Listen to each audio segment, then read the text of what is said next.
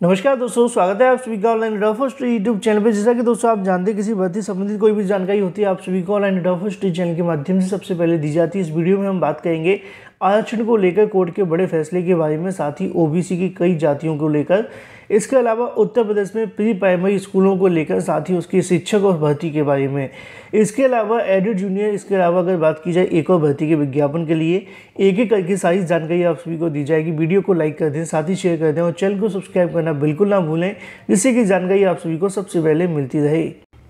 सबसे पहले हम बात करेंगे भारतीय नौसेना अग्निवीर की बेस्ट बुक के बारे में, जो कि चक्षु प्रकाशन की है। इस बुक के अंदर आपको 2000 से ज़्यादा बहुविकल्पी क्वेश्चन मिलते हैं, 40 सॉल्व पेपर आप सभी को मिलते हैं। इतना ही नहीं, इस बुक को आप सभी के न्यू पैटर्न को ध्यान में रखते हुए तैयार किया गया है, जिससे कि आप जो भी पढ़ें वो आपके सिलेबस के आधार पर हो। इसके साथ ही इसमें आपको मिलते हैं मोस्ट एक्सपेक्टेड क्वेश्चन, जो कि आपकी परीक्षा में आने के लिए संभावित हैं। सभी क्वेश्चन की आप सभी के सामने डिटेल उत्तरमाला भी देखने के लिए मिलती है। उत्तरमाला के साथ आपको मिलते हैं व्याख्यात्मक उत्तर, जिससे कि आपको जो भी याद हो वो पूरी डिटेल के साथ रहे। इसके साथ ही आपको चक्षु प्रकाशन की Agniveer, navy, SSR and MR के लिए प्रैक्टिस सेट भी आता है, जो कि कंप्लीट सेट है, जिसे लेकर अपनी तैयारी आप और भी मजबूत कर सकते हैं। अगर आप इन बुक को परचेज करना चाहते हैं तो अमेजोन या फ्लिपकार्ट से ले सकते हैं, जिसका लिंक आपको वीडियो की डिस्क्रिप्शन में दिया गया है। इसके अलावा अपने नज़दीकी स्टोर से जाकर भी ले सकते हैं, लिंक वीडियो की डिस्क्रिप्शन में है। शुरुआत करते हैं सबसे पहली अपडेट के बारे में, जो कि संबंधित है आरक्षण के मुद्दे को लेकर। आरक्षण के मुद्दे को लेकर सरकार की तरफ से एक बड़ा फैसला लिया गया था। बाद में ये मामला कोर्ट में गया। अब कोर्ट की तरफ से क्या फैसला लिया गया, ये आप सभी को जानना बेहद आवश्यक है।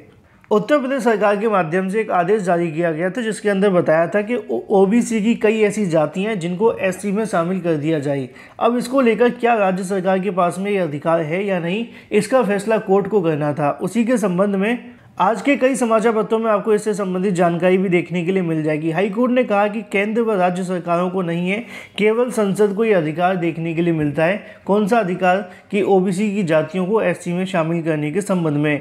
ओबीसी जाति एससी में शामिल लाने के लिए अधिसूचना को रद्द कर दिया गया है। जो 18 जातियों को लेकर खुशी थी कि भाई वो यहाँ से एससी में शामिल हो जाएंगे तो वहाँ पर आपको बेनिफिट मिलेगा, लेकिन उसको लेकर कोर्ट के माध्यम से रद्द कर दिया गया है। इलाहाबाद हाईकोर्ट ने प्रदेश की 18 ओबीसी जातियों को अनुसूचित वर्ग में शामिल करने के संदर्भ में सभी अधिसूचना रद्द कर दी गई हैं। कोर्ट ने अपने आदेशों में सरकार के कामकाज को तल्ख टिप्पणी करते हुए बताया कि यह संवैधानिक अधिकार न होने के बावजूद भी यूपी में राजनीतिक लाभ के लिए बार बार अनुसूचित जातियों को सूची में फेरबदल किया जा रहा है। कोर्ट ने कहा कि संविधान के अनुच्छेद 341 के तहत अनुसूचित वर्ग में सूची बदलाव का अधिकार केवल देश की संसद को है। केंद्र व राज्य सरकारों को इस सूची में बदलाव करने का कोई अधिकार में संविधान को लेकर नहीं दिया गया है। जनहित याचिकाओं की सुनवाई देखने के लिए मिली थी। एक खास बात देखने के लिए मिली कि राज्य के कोर्ट के हल्फनामे के दाखिल कर उसके पास यह अधिसूचना जारी करने को लेकर कोई संवैधानिक अधिकार नहीं है। सरकार की ओर से प्रस्तुत दलील के आधार पर कोर्ट ने याचिकाओं को मंजूर कर लिया था। यह आदेश मुख्य न्यायमूर्ति की अगर बात की जाए राजेश बिंदल जी के और इसके अलावा जे मुंडी की खंडपीठ के माध्यम से दिया गया है।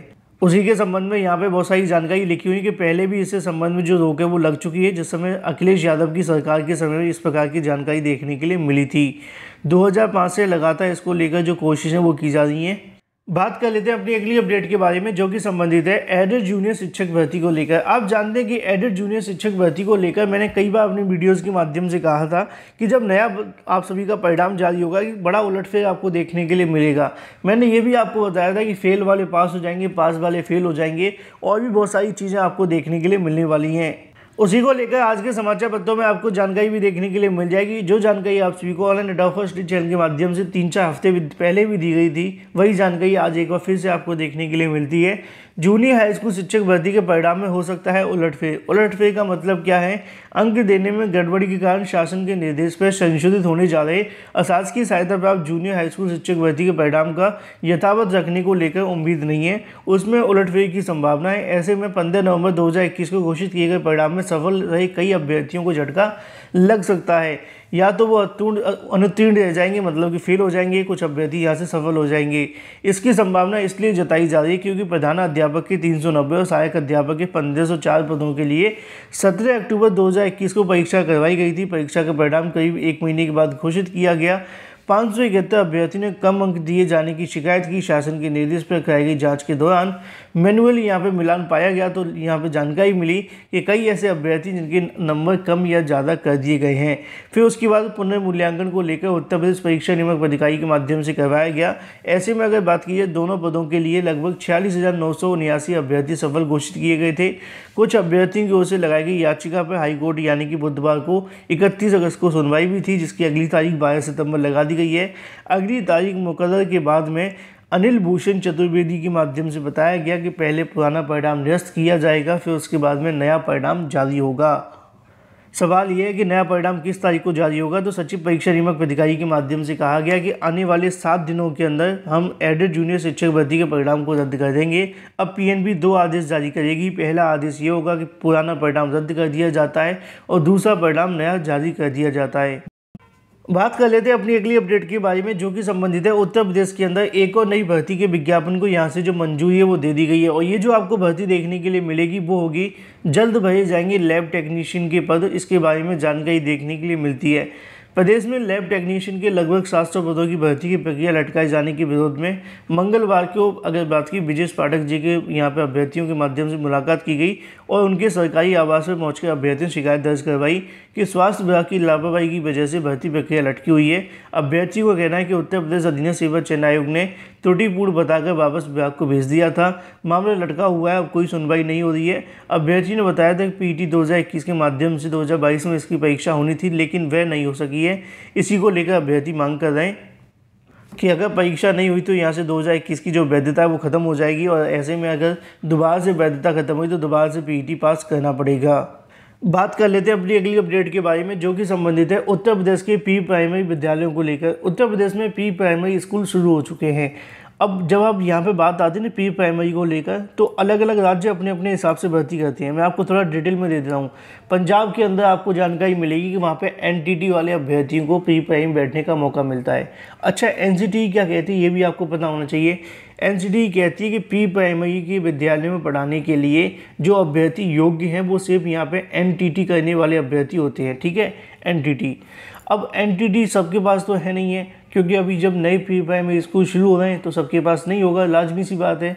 तो ये मामला हिमाचल के हाईकोर्ट में गया। हिमाचल के जब हाईकोर्ट में गया तो वहाँ से जानकारी मिली कि यहाँ पे या तो एनटीटी वाले अभ्यर्थी या फिर डीएलएड वाले अभ्यर्थी इनको बैठने का मौका दे दिया जाए। ऐसा हिमाचल हाईकोर्ट में हुआ। इसके अलावा कई और राज्य हैं जिनके माध्यम से प्री प्राइमरी विद्यालय पहले से शुरू कर दिए गए थे, उन्होंने एनटीटी को लागू कर दिया।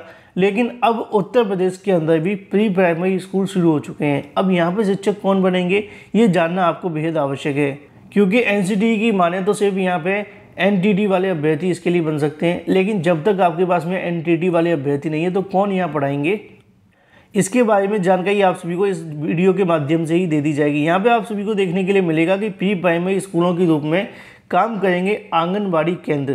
पहली बार आंगनबाड़ी केंद्रों पर बच्चों को किताब मुहैया कराई जाएगी सरकार के माध्यम से। बुनियादी शिक्षा की नींव और मजबूत करने के लिए उत्तर प्रदेश सरकार ने आंगनबाड़ी केंद्रों को प्री प्राइमरी स्कूल के रूप में संचालित करने का निर्णय लिया है। पहली बार शासन स्तर पर आंगनबाड़ी केंद्रों की किताबें भेजी गई हैं।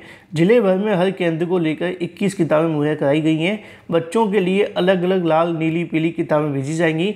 आंगनबाड़ी केंद्रों पर शिक्षा लेने के लिए बच्चे सीधे निजी व सरकारी स्कूलों में कक्षा 1 से दाखिले ले सकेंगे।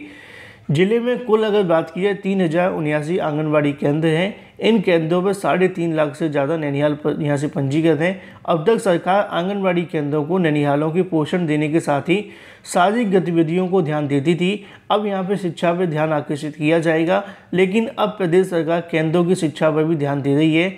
अब तक जिस तरीके से कॉन्वेंट विद्यालय में प्री प्राइमरी देखने के लिए मिलते थे, वैसे ही यहाँ पे भी आप सभी को देखने के लिए मिलेंगे। अब सवाल ये है कि यहाँ पे किसकी भर्तियाँ देखने के लिए मिलेंगी, कौन यहाँ पे शिक्षक बनेंगे। तो यहाँ पे जो शिक्षक बनेंगे पहले से ही आंगनबाड़ी में कार्य करने वाले, उनके माध्यम से ही शिक्षा को लेकर आगे की कार्यवाही शुरू की जाएगी। क्योंकि प्रदेश सरकार के माध्यम से अभी तक प्री प्राइमरी स्कूलों को लेकर शुरुआत नहीं हुई थी, तो ना तो अभी नई शिक्षक भर्ती यहाँ से देखने के लिए मिलेगी एनटीटी वालों की, ना ही किसी और को यहाँ पर पढ़ाने का मौका दिया जाएगा। यहाँ पे जो आप सभी को पढ़ाई और पढ़ाई का संचालन देखने के लिए मिलेगा वो यहाँ पे आंगनबाड़ी कार्यकर्ताओं के माध्यम से ही किया जाएगा प्री प्राइमरी के तौर पे। आने वाले समय के अंदर इसमें संशोधन किए जाएंगे और बहुत सारे बदलाव प्रदेश सरकार के माध्यम से हो सकते हैं।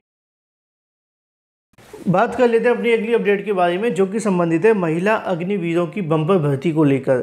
भारतीय थल सेना के अंदर अगर बात की जाए तो भारतीय थल सेना में अग्निपथ योजना के तहत महिला अग्निवीरों की भर्ती अधिसूचना जारी की है। इसके तहत मिलिट्री पुलिस में कॉर्प्स महिला अग्निवीर यहाँ से जो पदों की नियुक्तियों के बारे में, इसके लिए हेडक्वार्टर रिक्रूटमेंट जोन राज्यों के अनुसार भर्ती रैलियाँ आयोजन की जाएंगी, जो कि अक्टूबर से लेकर दिसंबर के बीच में देखने के लिए मिलेगी। इंडियन आर्मी की वेबसाइट पर जाकर अपना जो पंजीकरण है वो 7 सितंबर 2022 तक कर सकते हैं। यहाँ पे आप सभी के सामने योग्यताएं देखने के लिए मिलती है, न्यूनतम शारीरिक मापदंड देखने के लिए मिलती है, आयु बताया जाता है, वेतन बताया जाता है, चयन प्रक्रिया, फिजिकल फिटनेस और भी बहुत सारी ऐसी जानकारी जिसको अपने आप से आपको पढ़ना होगा, क्योंकि अगर मैं पूरा बताऊँगा तो वीडियो बहुत लंबा हो जाएगा। मतलब ये है कि महिला अग्निवीरों की बम्पर भर्ती देखने के लिए मिलेगी। अगर आप भी योग्यता रखते हैं तो इसके लिए आवेदन कर सकते हैं। वीडियो को लाइक कर दें, साथ ही शेयर कर दें।